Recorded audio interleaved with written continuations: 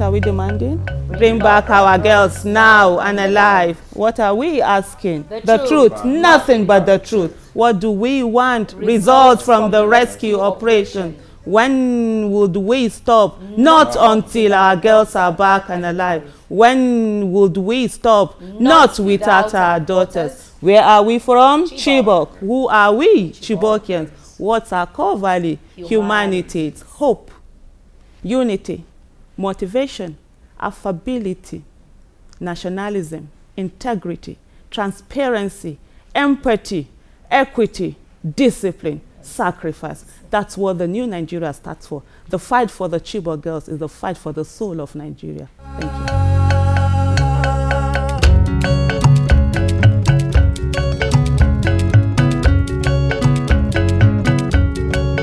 Well, sadly, we are discussing a complete generation of ladies that in search of knowledge in school have been abducted under a government. We are talking of so many days, and their destination appears unknown.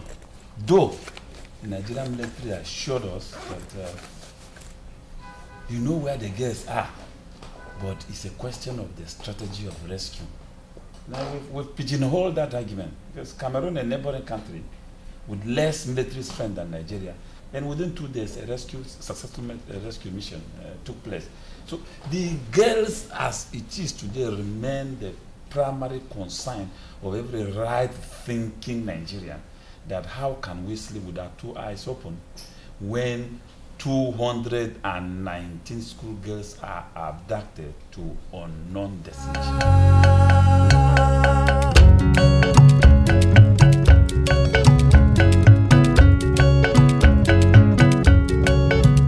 No, they haven't. They haven't shared any information. We have reached out to them on several occasions, but they have not shared anything with us. The most we got was when the information center was opened, and initially we thought it was an avenue where we would get to know what is going on, not only with the girls but with the insurgency as a whole. As a nation, we needed to know what was going on, but unfortunately we were not told anything. And then we had a time where some of our members who had gone there were stopped from entering the information center, and the last we heard was like just now for the media people, the reporters and all that.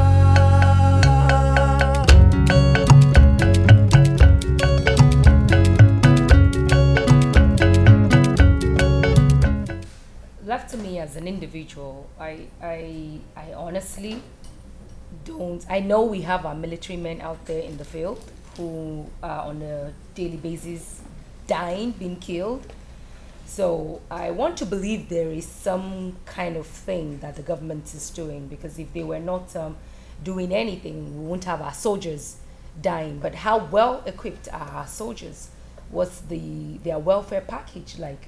How prepared are they to confront a well-organized group of men like the Boko Haram? So I wouldn't say they are not doing anything, but the level of or the degree of what they're doing is what we don't know, because they are not communicating to us. And if they really were doing so much, I'm sure we would have rescued, even if it's just 10 girls by now, 15, 20, 5, but not even one of them have been rescued. And from what we learned, it's not just only the Chibok girls that have been abducted by Boko Haram. Boko Haram has been abducting young men, young women, old women. The Chibok girls only just signified the level at which Boko Haram could go, because they kidnapped 276 of them at once, which was a huge number. So that's, for me, is very worrying, because we haven't seen anyone being rescued.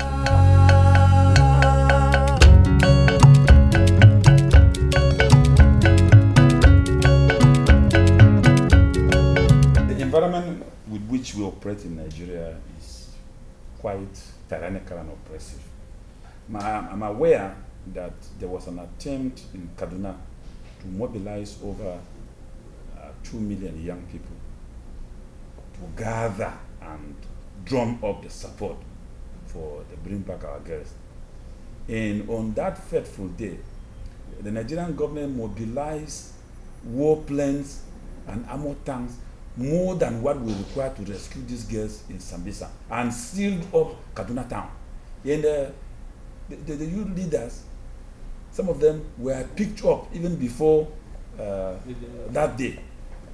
That also extends to even the limited number of, committed Nigerians that gathered at the Unity Fountain. Despite the harassment, despite the creation of a paid sponsored group to attack them, despite all threats.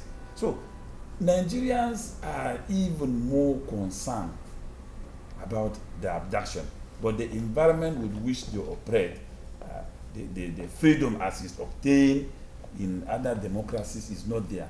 If this type of situation exists in Nigeria, I want to assure you that you will have no single Nigerian left. When Nigerians will demonstrate, there will be no space for anybody to stand. But the government, in its desperate move to secure cheap relevance that nothing is happening, kept mobilizing crude and brute force to suppress.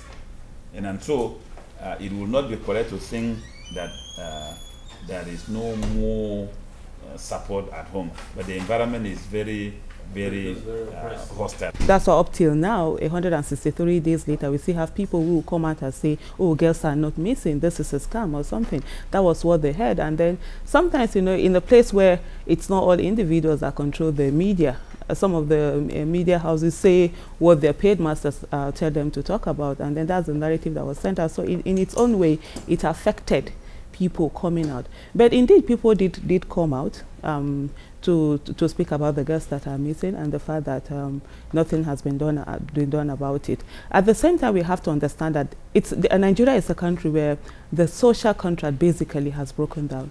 The people don't believe in the government don't trust the people. So it's something. So when you hear something from the first thing, that what's going on, is this really true? And in its own way, and constantly the numerous attacks that we've had, the kind of labels that we've been given, the Bring Back Our Girls campaign group, we are anti-government, that we are psychological terrorists, we are franchise. So that has in its own way tend to driven a lot of people off the campaign. But as it is now, even with the international world, the issue of the Chibok girls have sort of like taken a back seat to a lot of things that are going on around the world.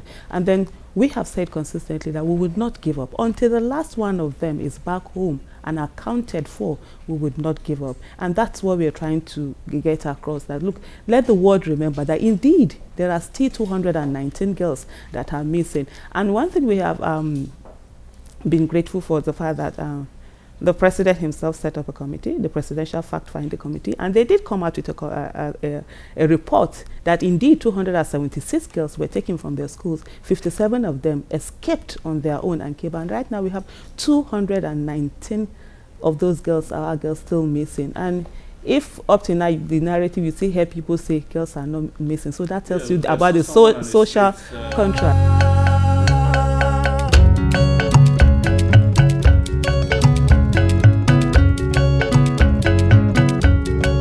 Nigerian standing there from seeing him, that should be a father, and he's saying that no, these girls are not missing. Initially he said girls are not missing, then he got to a point that where he agreed, okay, he changed, that girls are actually missing, but it was politicians that arranged for the abduction. And then what we have said in the Bring Back Our Girls campaign group is the fact that we don't care what's going on, whatever the narrative. So that's not our problem. Our problem is girls are missing, yes, and we want those girls back. Even if it's their parents that are taking them away, it's against their right, their fundamental human right, and they need to be brought back home, and that is what matters. The Presidential Fact-Finding Committee has helped us to put all of those doubters to shame, that 219 girls are still missing.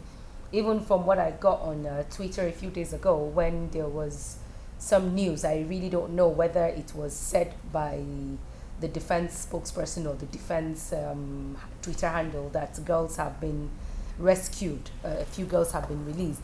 A whole lot of the people who work in the government circle, who before were in denial of girls being abducted, were tweeting that girls have been rescued. So I'm like, okay, If you're tweeting now that girls have been rescued, so which of the girls are you referring to? Are you now indirectly admitting then that girls are missing? Because earlier on you said, oh no, but all of a sudden you're saying, oh, Nigerian military is working, girls have been rescued. So which girls are we referring to here?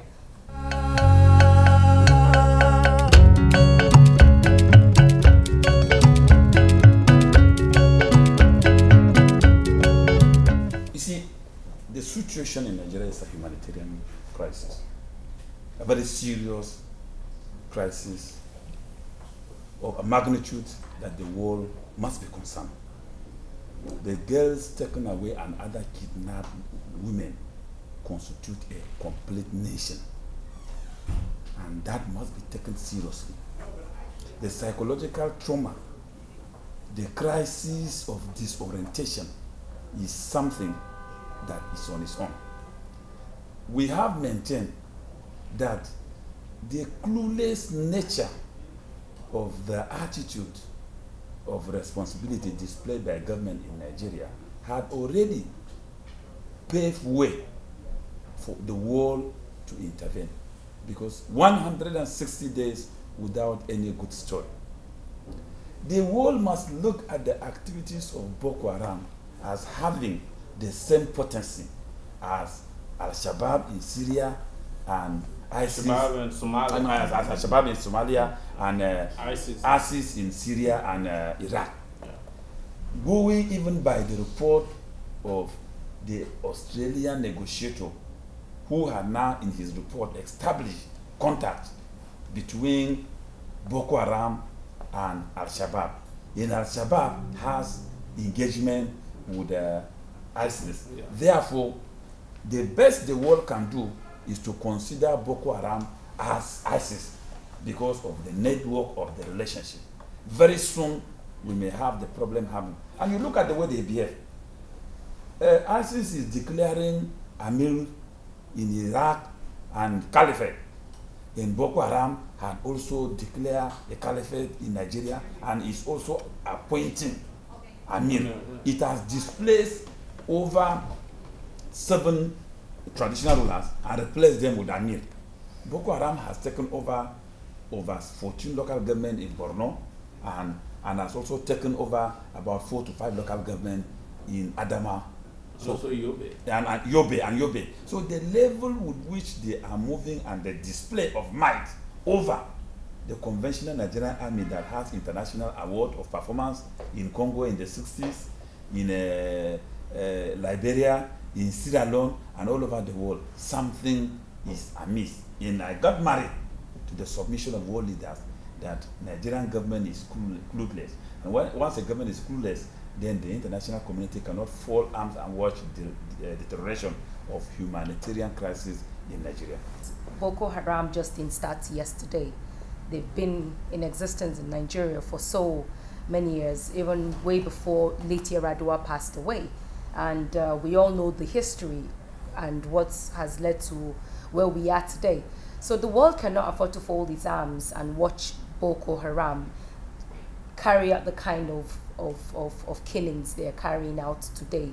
The difference between, because from what one reads on social media, you see that some people have written where they have also said that Boko Haram's agenda is the same with what ISIL and the Al-Shabaab. They have the same agenda. There's no difference. The only difference for me as an individual that I've seen with what Boko Haram is doing as against the ISIL and Al-Shabaab is because Boko Haram is yet to pick any foreigner right now and subject them to the kind of death that we've seen ISIL do. But Boko Haram has killed its people.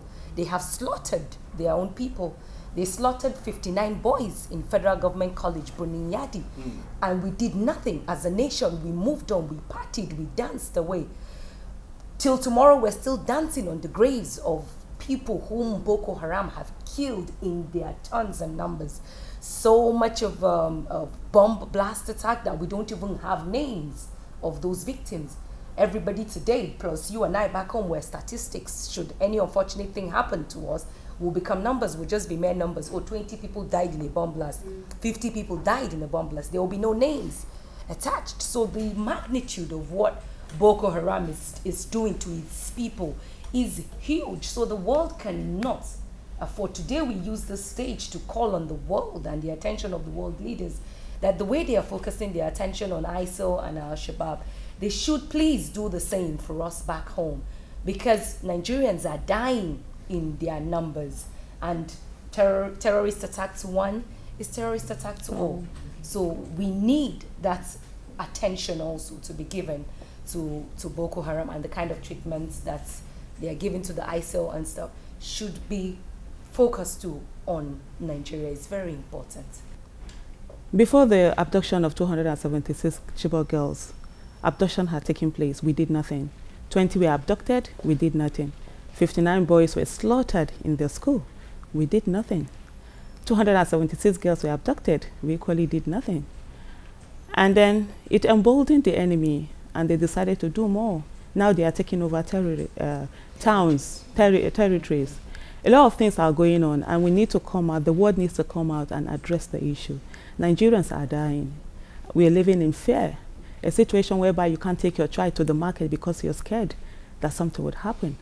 My daughter goes to school every day, but I'm scared because I know there was a letter that was written. The schools might be attacked, and right now she's in school. I don't know. We should turn out to be a number, and that's what we are living with. We are dealing with daily. A lot of people have been displaced. We have about 3.3 million internally displaced persons in Nigeria. It's a humanitarian crisis. The world should hear us, come to our aid. Something needs to be done. We don't have to keep quiet. Like what happened with the Ukraine, it was theirs. But when the plane was brought down, it became the problem of the whole world. And I think when terrorists are attacking and nothing is being done, it just goes on to embolden them, and they will do more because they want that attention. Like she rightly said, the only thing that Boko Haram has not done is to attack a foreigner.